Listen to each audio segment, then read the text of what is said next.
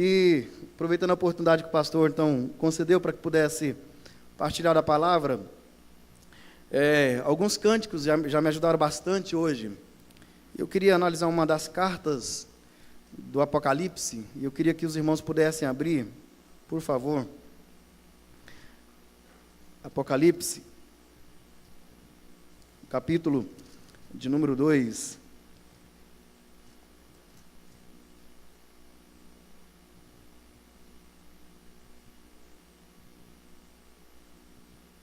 Quando os irmãos abrem o texto, o pastor que estará conosco lá em Alvorada, ele foi meu professor, talvez alguns já até ouviram falar dele. Ele foi pastor da primeira igreja de Goiânia, hoje ele está no Mackenzie, em São Paulo, e no meu mestrado a gente pôde conversar um pouquinho, e eu estendi o convite já tem tempo, e ele prontamente aceitou. Nós tivemos uma amizade muito grande durante o período de seminário, e eu louvo a Deus por ele ter aceito o convite, e digo aos irmãos que se preparem para ouvir um grande homem de Deus, que é o pastor Joer, que foi da primeira igreja de Goiânia, e hoje ele é responsável pela área de filantropia do Mackenzie. Então, preparem-se para realmente ouvi-lo, aqueles irmãos que estão se preparando para ir para lá. Então, Apocalipse, no capítulo 2, a carta escrita à igreja de Esmirna, nos diz assim: ao anjo da igreja de Esmirna, escreve: estas coisas diz o primeiro e o último, que esteve morto e tornou a viver.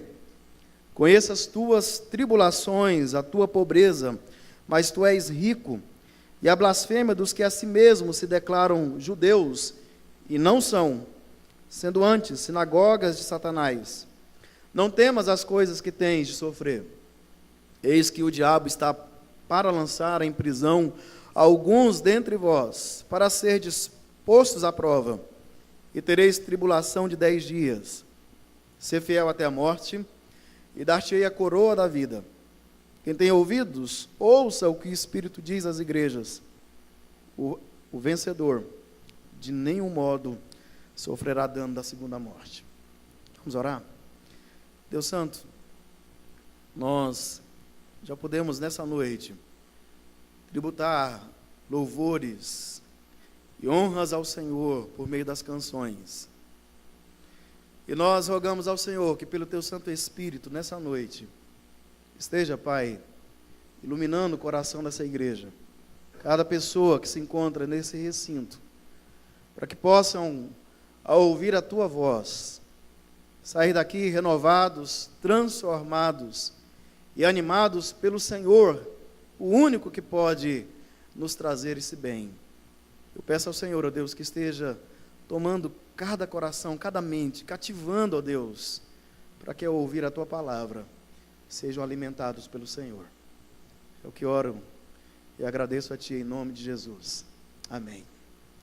Nós estamos chegando o final de mais um ano, e durante esse ano eu percebi em diversos lugares por onde passei a grande preocupação, principalmente por ser um período eleitoral e talvez de mudanças radicais, mesmo que de repente quem esteja no poder permaneça ou outro venha, digamos, entrar no poder. As preocupações de muitas pessoas. Vi, por exemplo, até alguns irmãos lá na igreja de Alvorada esboçando essa preocupação de como então será o nosso futuro, de como será então a nossa própria vida, de como nós vamos proceder diante dos desafios que nós temos. Aqueles que têm empresa, talvez preocupados com o andamento, como de repente vai poder então gerir a sua empresa. Aquele que está empregado, preocupado talvez com o seu trabalho, com aquilo que já conquistou, com a sua carreira. Então são diversas preocupações. Talvez pais preocupados também com filhos na faculdade, ou filhos que ainda não entraram na faculdade. Qual o futuro então? E eu expus essa carta lá em Alvorada. Eu queria dividi-la com os irmãos nessa noite. Talvez essa carta, ao olhar primeiramente assim, talvez não tenha nada a ver conosco, mas ela tem tudo, profundamente tudo a ver conosco. Essa igreja de Esmirna, ela é uma igreja muito especial. Ela ficava num lugar, numa cidade de mais ou menos 250 habitantes, 1000 habitantes, e era uma cidade extremamente estratégica. Havia ali um porto onde isso facilitava o turismo, e pessoas então iam até aquela cidade. Era também conhecida não apenas pelo turismo, mas pelos seus aromas. Tanto é que o nome grego de Esmirna vem justamente dessa produção de aromas para perfumes que havia naquela cidade. Mas ao mesmo tempo também uma cidade que machucava essa igreja. Uma cidade que, de certa maneira, se tornou um dos lugares horríveis na percepção dessa igreja. E havia alguns desafios para que essa igreja pudesse, então, de repente viver, e ao mesmo tempo também sobreviver, mediante esses desafios que havia diante dos olhos deles. E quando eu olho para essa carta, eu fico pensando acerca da nossa própria situação, de como nós, hoje, nesse presente século, nós vivemos.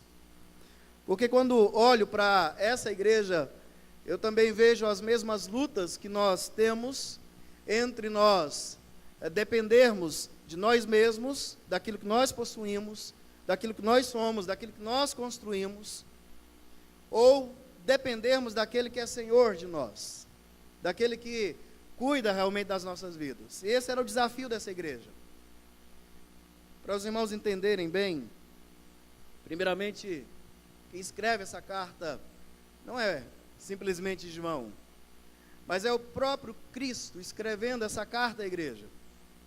Imagine de repente você receber uma carta no momento em que você está passando uma profunda crise, uma crise social, uma crise dentro da cidade que você então de repente cresceu, e agora você está vivendo essa crise sendo cristão, diante agora de algumas decisões a serem tomadas, e você talvez pensando na sua família, com medo das decisões que você vai tomar.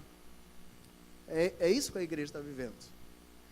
E quando você olha então no verso 8, Jesus diz, olha, quem está escrevendo a carta sou eu, aquele que é o primeiro e o último, ou seja, não há ninguém além de mim. E aquele que está escrevendo, aquele que é o Senhor, desde o início e o Senhor do fim. Mas por que Jesus disse isso a essa igreja?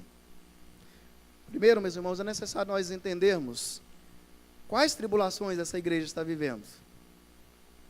Talvez não seja tão perceptível para nós pensarmos essas tribulações, mas esses irmãos haviam se convertido ao cristianismo, e devido então aos seus patrícios, ou seus irmãos judeus que não se renderam ao cristianismo, mas que ainda permaneceram no antigo judaísmo, esses irmãos agora estavam perseguindo essa igreja.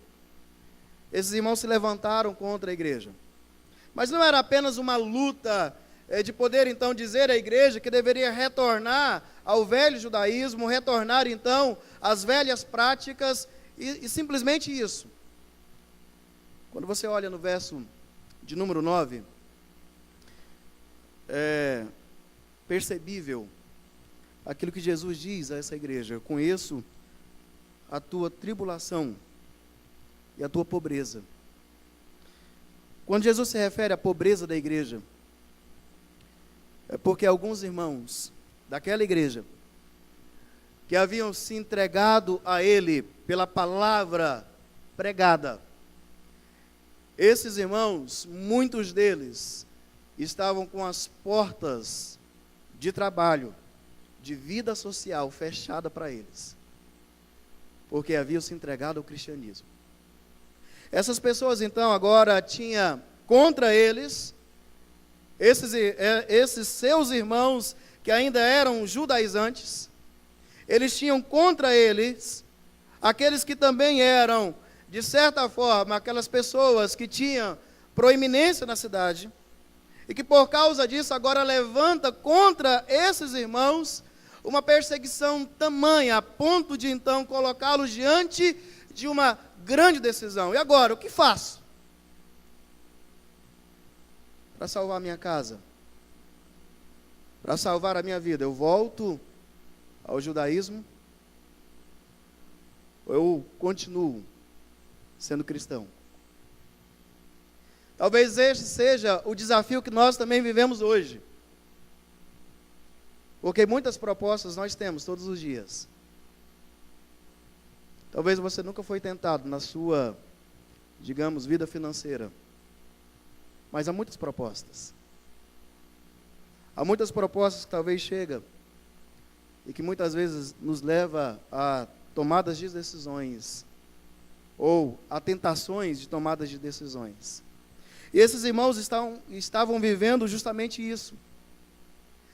Eles agora tinham diante dos seus olhos: ou eu retorno ao judaísmo e tenho agora dentro da cidade portas abertas para que então eu consiga continuar gerindo a minha família, ou eu continuo vivendo para Cristo e tenho as portas fechadas para mim.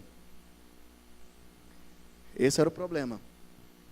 A causa, nessa cidade, assim como em outras cidades, havia o chamado culto do imperador. Além de retornar ao judaísmo, era necessário que esses irmãos também reconhecessem o império, principalmente o imperador, como um Deus. E era justamente essa chamada que eles recebiam: ou adorar a imagem do imperador e ser aceito então pela cidade, ou continuar então sendo oprimido pela cidade. Deixa eu dar um exemplo. Alvorada, conversando com alguns professores, gestores públicos, a cada ano de eleição, eu vejo professores, eu vejo gestores chorando por causa da pressão política que muitas vezes sofrem por pertencerem ou terem opiniões diferentes. Todos os anos eleitorais eu tenho que lidar com classes e mais classes de pessoas que trabalham no poder público, porque têm as suas opiniões cristãs formadas e não se rende a opiniões políticas e ofensivas às Escrituras. Esse é um exemplo. E esses irmãos então estavam agora sendo levados a essa decisão, quando essa carta é escrita a eles.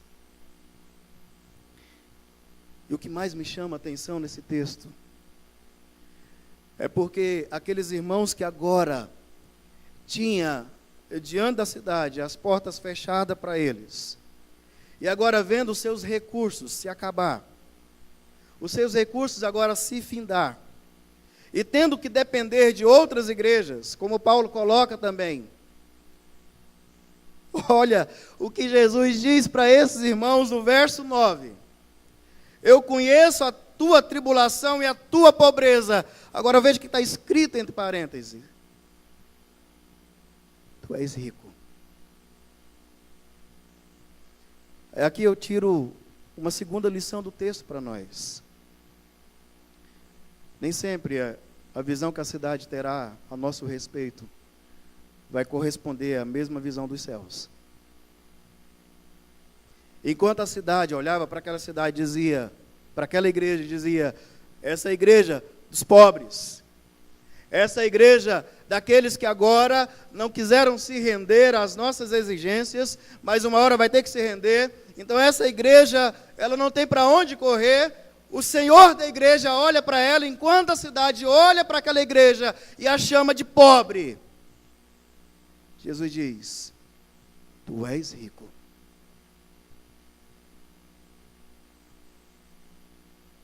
Não negocie vida cristã. Quem negocia vida cristã se coloca numa situação de pobreza. Mas aquele que permanece fiel às Escrituras, à palavra do Senhor, mesmo que seja visto pelos demais, pela sua posição e observar e talvez olhar e dizer quão pobre é essa pessoa, a visão de Cristo acerca da igreja é: tu és rico. E é essa percepção, meus irmãos, que Jesus tem de nós. Talvez muitos colegas de trabalho, de empresa, de convivência, olha para a sua vida cristã como uma vida pobre, sem sentido. Talvez as pessoas olhem para a maneira como você vive, como algo sem sentido, como algo que talvez não seja tão, digamos, gostoso de se viver. E as pessoas talvez olhem para nós e dizem: nossa, mas é tão pobre viver assim. Mas a visão de Cristo é uma vida cristã que tem fidelidade a Ele, nos coloca numa situação de profunda riqueza. E essa riqueza que Jesus se refere aqui é a riqueza espiritual. Aqueles irmãos estavam sofrendo numa condição física, mas Jesus olha para aqueles irmãos e diz: a condição física que vocês estão vivendo não remove e jamais vai remover a riqueza que há na igreja, que eu mesmo coloquei. Tu és rico. É esse o recado de Jesus então para a igreja de Esmirna. Enquanto a cidade olha para aquela igreja, e olha para aquela igreja dessa forma, enquanto a situação daquela igreja talvez aparentemente seja de uma possível pobreza, as tribulações, as angústias, as lutas vividas por nós não são capazes de remover a riqueza dos céus que há na igreja. E é justamente isso que Jesus deixa para essa igreja. Mas há também um terceiro detalhe nesse texto. Porque a luta que esses irmãos estão agora vivendo, travada então pela posição que tomaram de servir a Deus, talvez muitos deles diziam: não, é só um período, vai acabar. Quando você olha no verso 10, Jesus deixa um recado para a igreja: ainda tem mais tribulações para ser vivida, ainda tem mais lutas então para serem de repente enfrentadas adiante. E Jesus então diz àquela igreja: olha, não temos as coisas que vocês terão que sofrer. Eis que o diabo está para lançar em prisões alguns de vocês, para colocar vocês à prova. E Jesus aqui diz: vocês serão provados, e vocês terão tribulação de 10 dias. Imagina então, você está sofrendo, você está sendo angustiado, você está percebendo então os recursos acabarem dentro de casa, e o Senhor da igreja olha para você e diz: vocês são ricos. Mas eu tenho uma outra notícia: a tribulação vivida por vocês não vai acabar ainda não. Vocês terão ainda que passar mais tribulações, mais angústias. E talvez essa seja uma das pregações mais difíceis de ser ouvidas. Nós sempre queremos ouvir, num púlpito, de que as coisas vão bem, de que tudo então vai ser sempre às mil maravilhas, de que nada vai nos pegar, de que não passaremos por nenhuma tribulação. É justamente isso que enche lugares. Mas nem sempre esse vai ser o recado de Jesus para nós. E Jesus diz para aquela igreja: vocês ainda vão passar por tribulações. Mas olha o que está escrito no finalzinho do verso 10. Ser fiel até a morte, e dar-te-ei a coroa da vida. O que Jesus está dizendo para aquela igreja, meus irmãos, é simplesmente isso: resista às provações, nem que seja com a sua própria vida.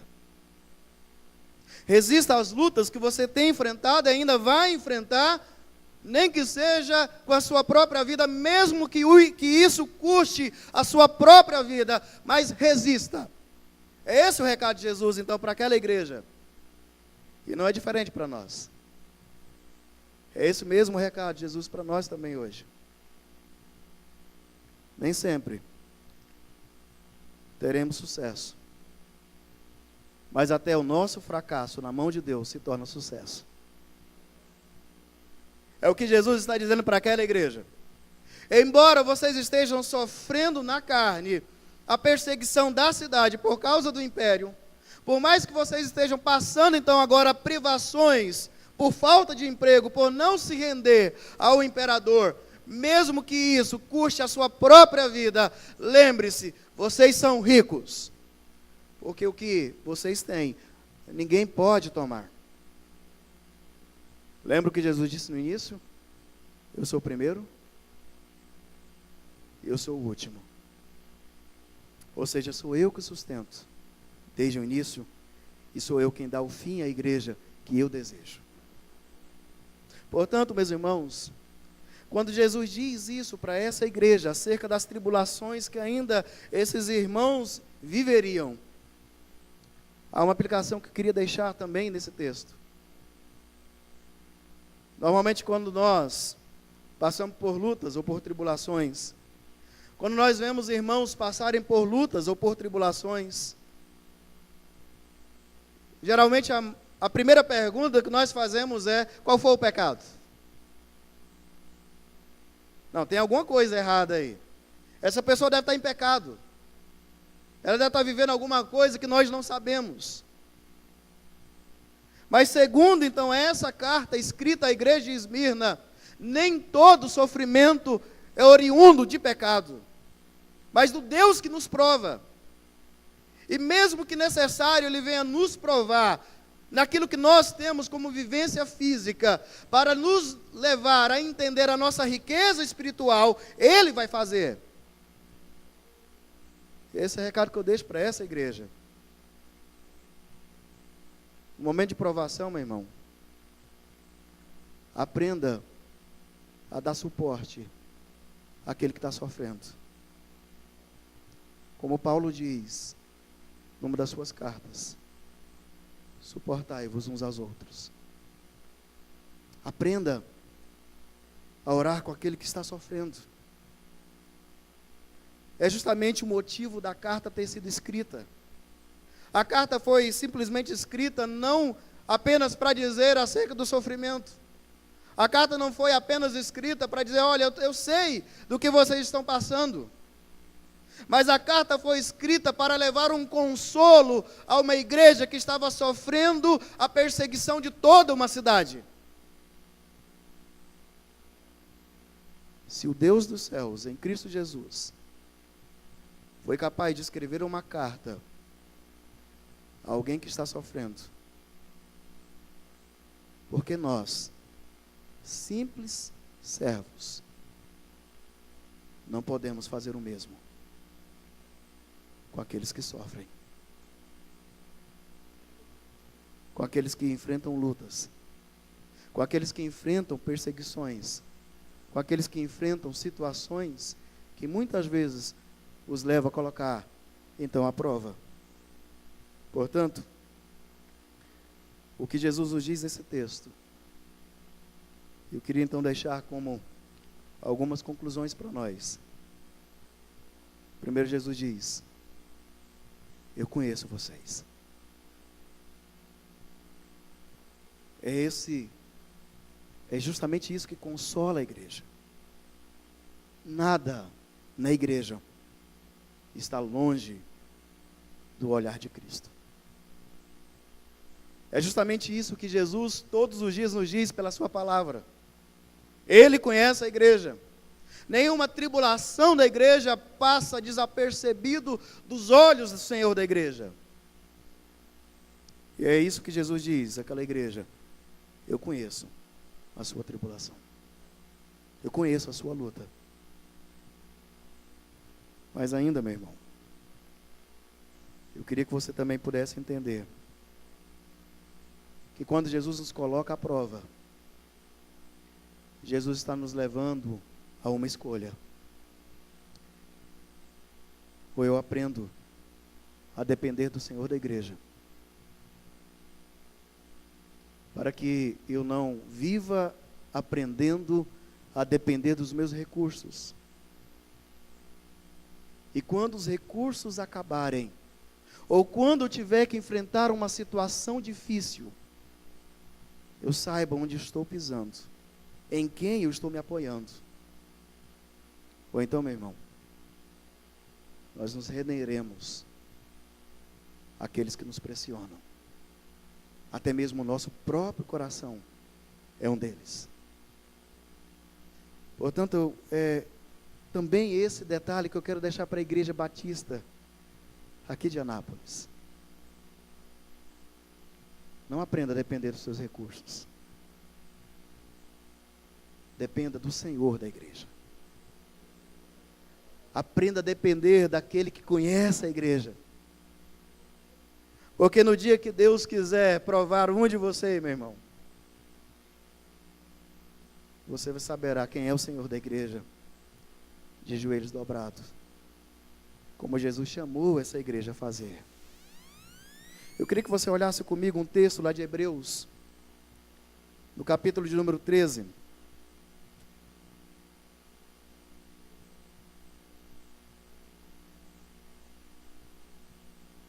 Hebreus 13, o verso de número 7 diz assim: lembrai-vos dos vossos guias, os quais vos pregaram a palavra de Deus e consideraram atentamente o fim da sua vida. Imitai a fé que tiveram. Gravou? Lembrai-vos dos vossos guias. Hebreus 13, 7. Os quais vos pregaram a palavra de Deus e consideraram atentamente o fim da sua vida. Imitai a fé que tiveram. O livro de Hebreus se refere àquela galeria que a gente gosta muito de lembrar. Os heróis da fé. Mas quando você vai olhar para os heróis da fé no livro de Hebreus, você vai descobrir que pessoas, por causa da vida cristã, que tinham com a palavra, resistiram ao império, foram cerrados ao meio.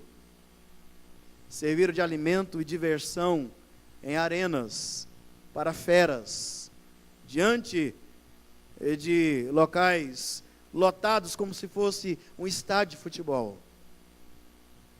Mas essas pessoas resistiram com a própria vida às perseguições. E o que o livro de Hebreus nos chama a fazer é: imitai a fé que essas pessoas tiveram. Portanto, concluindo essa mensagem, eu convido a cada um daqueles irmãos que são cristãos, que talvez estão preocupados com o dia de amanhã, preocupados com o que será talvez o seu futuro. Entregue-se de fato ao Senhor da igreja. E mesmo que as lutas, meu irmão, venham bater na sua porta, lembra que aquele, como diz Paulo lá na carta escrita à igreja de Filipenses, a igreja de Filipos, aquele que era Senhor de todas as coisas dos céus, esvaziou-se de si mesmo e se fez pobre, para que pudéssemos ser ricos da sua graça. É isso que Jesus disse à igreja de Esmirna: as pessoas te veem como pobre, mas tu és rico. Não há riqueza terrena maior do que essa, do que saber que na graça de Cristo Jesus, mesmo que eu venha passar por lutas ou privações, ninguém me tira a riqueza da graça de Deus. Feche seus olhos.